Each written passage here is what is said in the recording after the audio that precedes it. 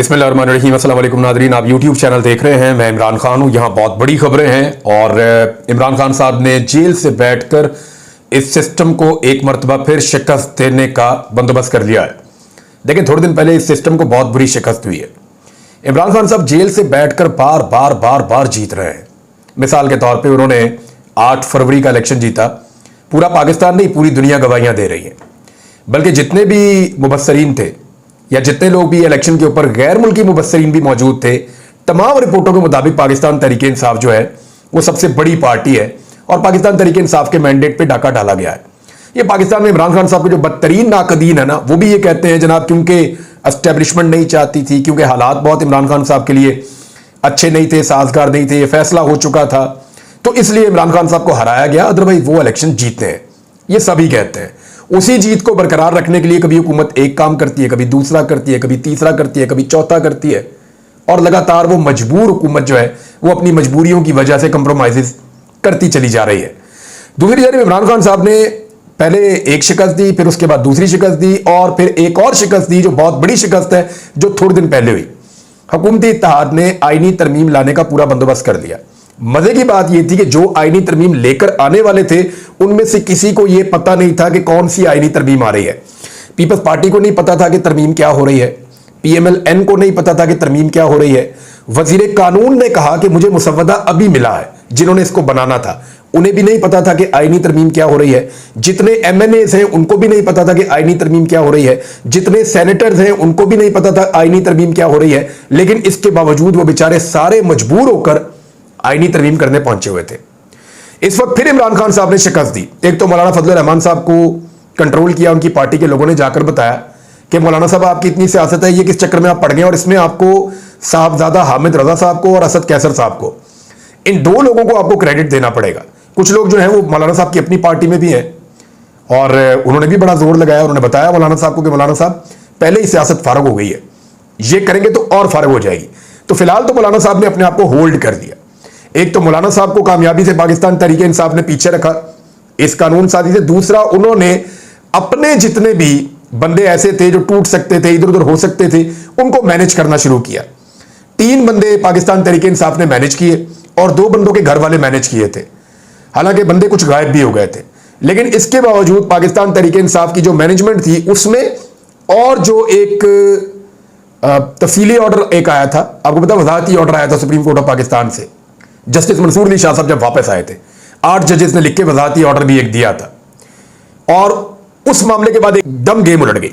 Jail में बैठा हुआ कैदी नंबर 804 जीत गया और ये सारे बाहर बैठे हुए जितने आजाद लोग हैं, ये अपनी पूरी ताकत के बावजूद, अपने पूरे जबर के बावजूद, लोगों के घर की खवातीन उठाने के बावजूद, बंदे MNA अगवा करने के बावजूद ये हार गए। तो उस वक्त इमरान खान साहब ने एक सबसे मुश्किल खेल खेला और जेल से बैठकर जीते। अब जो है उसका फाइनल राउंड चल रहा है। मैंने आपको थोड़े दिन पहले बताया, 2-3 दिन पहले, कि अब ये फाइनल राउंड है, इसमें आर या पार है। अगर तो काजी फायद ईसा साहब को एक्सटेंशन देने में ये हुकूमत कामयाब हो जाती है तो हुकूमत के लिए बुरा वक्त टल जाएगा और पाकिस्तान तहरीक इंसाफ के लिए एक सर्टेन टाइम पीरियड फिर बुरा आ जाएगा। लेकिन अगर हुकूमत काजी फायद ईसा साहब को बचाने में नाकाम हो जाती है, एक के बाद एक, एक के बाद एक, एक के बाद एक मुश्किलात हुकूमत के सामने खड़ी होना शुरू हो जाएंगी। अब मैं आपके सामने कुछ फैक्ट्स रखने वाला हूं कि प्रैक्टिस एंड प्रोसीजर कमेटी के अंदर मामला कैसे फंस गया और होने क्या जा रहा है। याद रखिएगा नाजरीन, मंडे का दिन, सोमवार यानी पीर का दिन बहुत इंपॉर्टेंट है पाकिस्तान की तारीख में।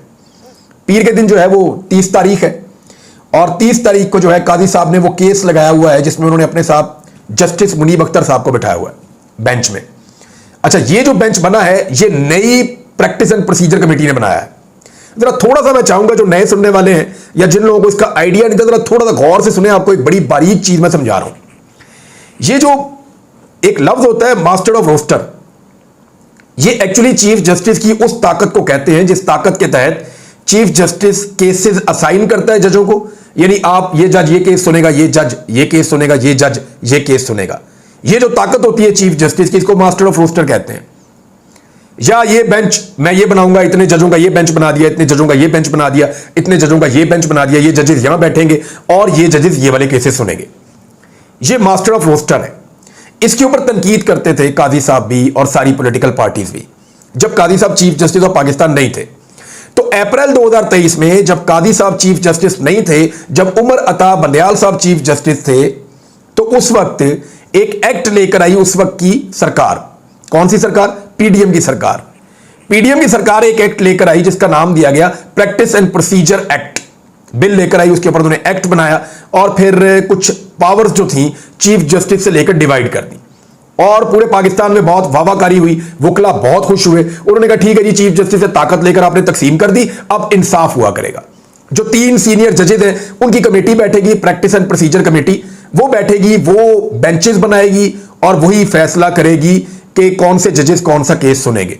तो ये बहुत अच्छा हो गया था। लेकिन उसके बाद क्या हुआ? उसके बाद यह हुआ कि आहिस्ता आहिस्ता कादी फायद ईसा साहब ने जो कुछ किया इस अदलिया के अंदर, उनके ऊपर से लोगों का एतमाद खत्म होता गया।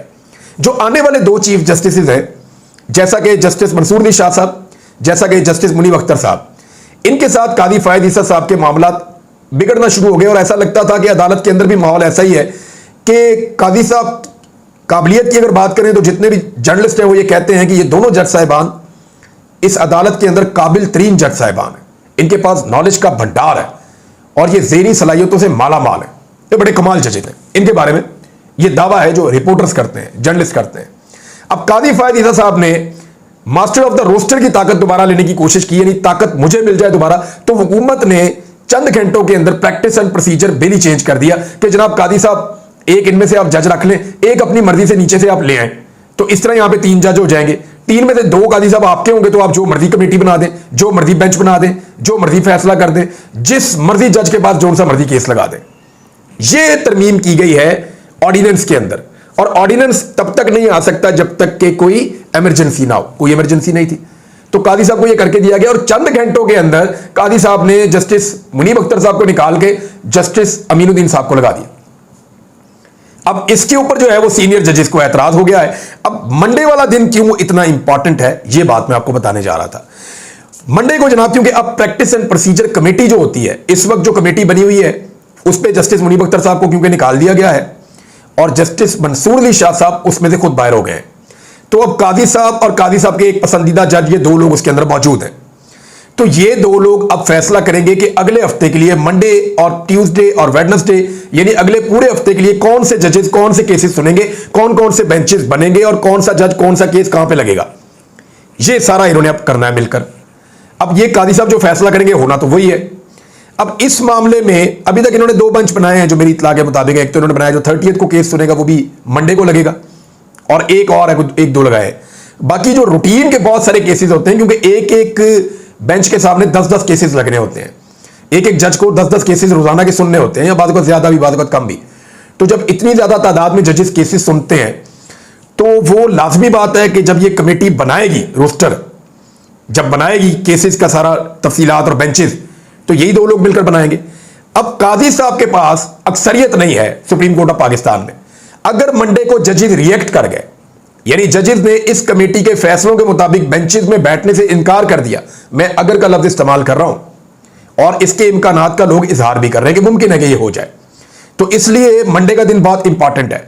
एक तो यह देखना पड़ेगा कि जस्टिस मुनीब अख्तर साहब क्या तरीकेकार इस्तेमाल करते हैं। यानी 2 चीजें हो सकती है ना, या तो वो बैठ के कमेटी में आकर बेंच में वो ये कहते हैं कि मैं इस बेंच में बैठता ही नहीं, क्योंकि जो प्रैक्टिस एंड प्रोसीजर कमेटी जिसने ये बेंच बनाया है उस पर हमारे तहफ्फुज़ात हैं, तो मैं इसमें बैठता ही नहीं। या हो सकता है वो बैठे और इसको डिले में ले जाएं, यानी इस केस को इतना लंबा ले जाएं कि जब तक कादी साहब का टेन्योर खत्म हो जाए और ये केस वहां तक चला जाए, ये भी मुमकिन है। यानी डिफरेंट स्ट्रेटजीज हो सकती है। बहुत मुमकिन है कि जजेस ये फैसला करें कि हम इस कमेटी के बनाए हुए बेंचों का हिस्सा इसलिए नहीं बनेंगे कि ये कमेटी गलत तरीके से बनी है, पहले तय किया जाए कि ये कमेटी ठीक है या गलत है, जिसका मुतालबा जस्टिस मंसूर अली शाह साहब जो आने वाले चीफ जस्टिस ऑफ पाकिस्तान है उन्होंने भी किया है, और इसी का मुतालबा जो है बाकी पाकिस्तान भर से लोग कर रहे हैं, वकला कर रहे हैं, पाकिस्तान की सियासी जमातें कर रही हैं, सिविल सोसाइटी कर रही है, आम आदमी कर रहा है कि जनाब आपने ये काम किया तो पहले आप इसको तय कर लें। तो तय कैसे होगा? वो फुल कोर्ट की मीटिंग में होगा। और मुतीउल्लाह जान साहब से मैंने सुना, मैंने सदीक जान साहब से बात की, 1-2 और जर्नलिस्ट हैं उनसे मेरी बात हुई, तो उन्होंने साफ एक बात कही। उन्होंने कैटेगोरिकली कहा कि कादी साहब के पास अगर पहले थोड़ी बहुत उनके पास एक स्ट्रेंथ थी सुप्रीम कोर्ट ऑफ पाकिस्तान में, तो अब उनके पास वो भी नहीं है। यानी काजी साहब तकरीबन तनहा रह गए हैं। अगर वो फुल कोर्ट की मीटिंग बुलाते हैं तो जजेस की अक्सरियत काजी साहब की कमेटी के खिलाफ खड़ी हो जाएगी और जजेस की अक्सरियत यही कहेगी कि प्रैक्टिस एंड प्रोसीजर कमेटी को उसकी असली हालत में बहाल कर दिया जाए और ये जो ऑर्डिनेंस है इसको कलअदम करार दे दिया जाए, क्योंकि ये बगैर किसी इमरजेंसी के हुआ है और ये सारा खेल यानी लगता है कि तयशुदा खेल था, एक फिक्स मैच लगता है। लिहाजा अब ये मंडे का दिन बहुत इंपॉर्टेंट हो गया है। देखिए, हफ्ते वाले दिन पाकिस्तान तहरीक इंसाफ का एहतजाज है, जुमे वाले दिन से पाकिस्तान में सरगर्मियां तेज हो रही हैं। आज के दिन से हफ्ते को रावलपिंडी के अंदर एहतजाज है, संडे को भी एक्टिविटीज है। मंडे वाला दिन जो है वो बहुत इंपॉर्टेंट होने जा रहा है, क्योंकि मंडे वाले दिन पता चलेगा कि सुप्रीम कोर्ट ऑफ पाकिस्तान से किस किस्म की वाइब्स आती हैं। दूसरी जानिब इमरान खान साहब की जो टीम है उन्होंने जाकर मुलाकात की मौलाना फजल रहमान साहब से। अब ये बहुत इंपॉर्टेंट पोर्शन है, इस पर जरा गौर कीजिएगा कि इमरान खान साहब ने इस बीच में किया क्या। ये जो बीच वाला टाइम था ना, जिसमें ये प्रैक्टिस एंड प्रोसीजर कमेटी हो रही थी, जिसके अंदर बेंच के मामला तय हो रहे थे कि फलां बेंच बन जाएगा तो ये हो जाएगा, वो सबकी तवज्जो उस तरफ थी। लेकिन इमरान खान साहब और उनके खिलाड़ी गेम डाल गए। उन्होंने क्या गेम डाली है आपको 2 दिन में सब पता चल जाएगा। ये जो नंबर गेम कर रहे थे ना, ये हाथ में रजिस्टर्ड पकड़े रह जाएंगे और बंदे इनके काबू नहीं आएंगे। मैं आपको थोड़ी दिनों से बता रहा हूं कि पाकिस्तान तहरीक इंसाफ को कुछ चीजें करने की बहुत जरूरत है और उन्होंने अपना तकरीबन 80% होमवर्क कर लिया है। मैं आपको फिर बता रहा हूं कि पाकिस्तान तहरीक इंसाफ ने तकरीबन अपना 80% होमवर्क कर लिया है और थोड़ा सा काम जो उनका बाकी है वो भी अगले 24 से 36 घंटों में हो जाएगा। उसके बाद फिर आईनी तरमीम ख्वाब ही रह जाएगा। मौलाना फजल रहमान साहब से जो मुलाकात की पाकिस्तान तहरीक इंसाफ के लोगों ने, ये मैं आपको बता दूं कि इसमें सलमान अकरम राजा साहब गए थे और इसमें अखूनज़ादा यूसुफ ज़ई साहब गए थे।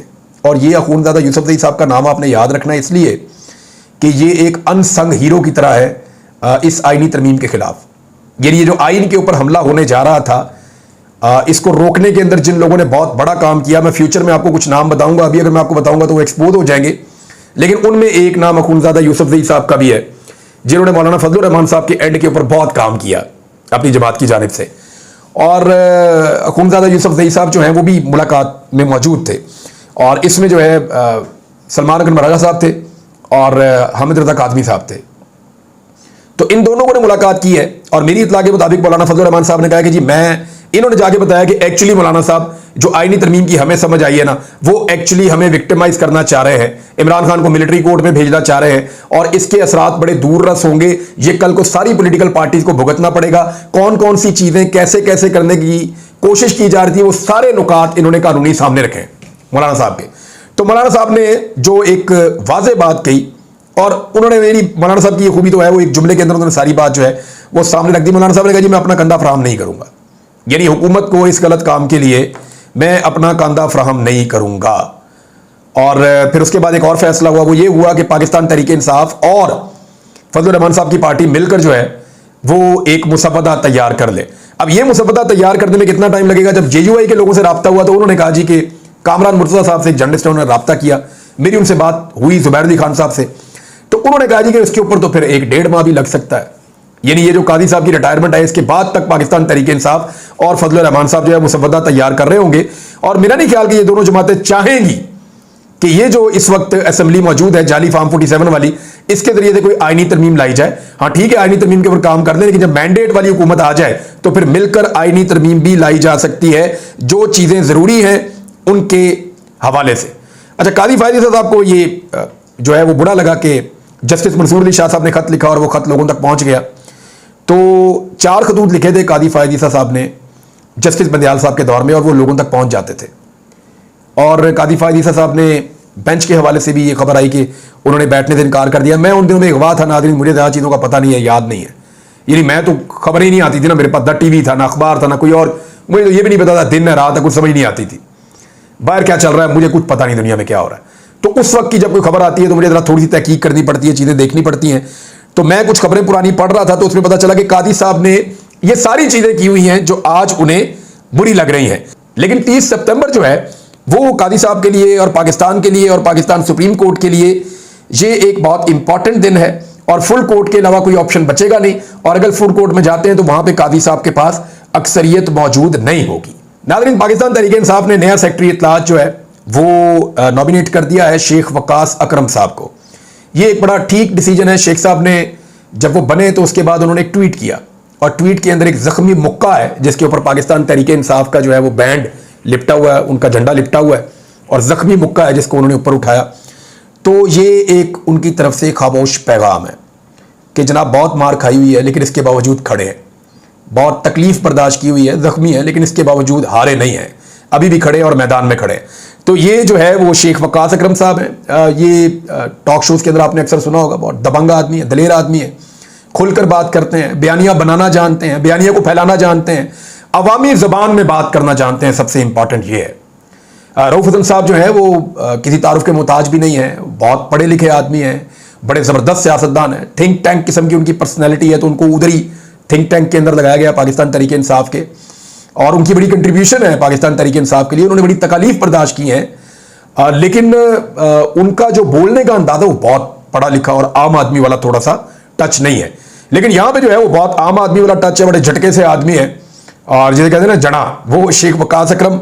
तो शेख वकास अकरम साहब को इमरान खान साहब की हदायत पे फौरी तौर पे सेक्रेटरी इत्तलात पाकिस्तान तहरीक इंसाफ लगाया गया है। तो ये तहरीक इंसाफ के लिए अच्छी खबर होगी। हामिद रजा काजमी साहब, ये भी आपने नाम याद रखना है, शाहिद खटक को आपने याद रखना है, सुहेल अफरीदी को, ये बहुत सारे लोग हैं, इन्होंने बहुत सारे काम किए। आने वाले वक्त में आपको पता चलेगा। अली अमीन गंडापुर के एक भाई हैं फैसल गंडापुर साहब, उन्होंने इस बीच में क्या कुछ किया है, ये सारी चीज़ें आपको आने वाले वक्त में मैं इंशाल्लाह बताऊंगा। एक वक्त आएगा ये चीज़ें जब खुल के सामने आएंगी कि ये जितना भी खेल हो रहा था, तो एक तरफ रियासती ताकत थी, जबर था, फस्तायत थी, और दूसरी तरफ लोग सिर्फ दिमाग से काम करने वाले थे और लोगों को सिर्फ हुब्बुल वतनी का एक वो देते थे। वो किस तरीके से वो कर रहे थे, ये सारी चीज़ें बहुत अजीब है। भारत पाकिस्तान तहरीक इंसाफ ने जो अपनी कमजोरियां थी उनको दूर करने का सिलसिला आज से 4 दिन पहले शुरू किया था, और बड़े संजीदा होकर उन्होंने शुरू किया था, और उन्होंने अपनी कमजोरियों में से तकरीबन मैंने आपको बताया कि 70-80% उन्होंने अपनी कमजोरियां दूर कर ली हैं, और अगले 24 से 36 घंटे में वो बाकी कमजोरियां ना सिर्फ दूर कर देंगे बल्कि हुकूमत की कमजोर जगहों के ऊपर भी वो अटैक कर देंगे। दूसरी जानिब नाज़रीन एक और खबर आई है, ये दो खबरें जुड़ी हुई एक दूसरे के साथ में, दोनों आपको बता देता हूं। एक तो IMF ने जो शराइत रखी हैं वो इंतहाई खौफनाक है, हुकूमत को चाहिए कि सारी शराइत बताए, लेकिन जो शराइत अब तक सामने आई हैं उनके मुताबिक पाकिस्तान के अंदर अब IMF का ही कानून चलेगा, IMF का ही निजाम चलेगा, और IMF ही पाकिस्तान को और पाकिस्तान की पूरी इकोनॉमी को कंट्रोल करेगा। हर चीज आपको IMF के साथ शेयर करनी पड़ेगी, आप कुछ भी खुद इंडिपेंडेंटली नहीं कर पाएंगे। उन्होंने हुकूमत से तमाम पावर्स मांग ली, हुकूमत ने उनको तमाम पावर्स ऐसा लगता है कि दे दी हैं। इनकी डिटेल्स मैं आपको बताऊंगा। दूसरा, इन्होंने एक कर्जा लिया यूरोप से, यूरोपीय बैंक से, स्टैंडर्ड चार्टर्ड से 11% के ऊपर कर्जा लिया। ये वो बैंक है जो आपको 1.5%, 2% पे, 3% पे कर्जा दे देते हैं। इमरान खान साहब ने जब कर्जा लिया था ना 3% के करीब, तो इन्होंने छलांगे मार मार के जो है वो आसमान सर पे उठा लिया था, इतना महंगा कर्जा ले लिया, इतना महंगा कर्जा ले लिया। इन्होंने 11% पे कर्जा लिया और $600 मिलियन का कर्जा लिया है। IMF ने साफ कह दिया कि जनाब हमारा इसमें कोई किरदार नहीं, हमने नहीं इनको कहा कि इतना महंगा कर्जा आप लें, हमने नहीं कहा इनको, इन्होंने अपनी मर्जी से लिया जाके वो कर्जा। अब पाकिस्तान ने वहां से जो कर्जा लिया है उसके बाद आप देखें कि IMF ने पाकिस्तान को $1 अरब दे दिए। मैं आपको कह रहा था ना कि ये जो लोग चाहे IMF में काम करते हैं, चाहे प्राइवेट बैंकों में काम करते हैं, चाहे यूरोपीय बैंकों में काम करते हैं, चाहे पाकिस्तान के अंदर जो है वो उनको उठाकर किसी ओहदे पर बिठा दिया जाता है, ये सारे आपस में मिले हुए हैं। मज्जा दियां भैणा होंदियां ने, पंजाबी की एक मिसाल है। इसके अंदर किसने कितना कमीशन खाया किसी और वीलॉग में बात करेंगे, लेकिन इसके ऊपर तहकीकात होनी चाहिए, इसकी इंक्वायरी होनी चाहिए कि पाकिस्तान के अंदर बैठे हुए लोगों ने तारीख का महंगा तरीन कर्जा क्यों लिया, इसके पीछे क्या मुहर्रिकात हैं, किसने कितना कमीशन खाया, ये पता करना चाहिए इंक्वायरी करने के बाद। अब तक के लिए इतना ही, अपना ख्याल रखिएगा, अपने इस चैनल का भी। अल्लाह हाफ़िज़।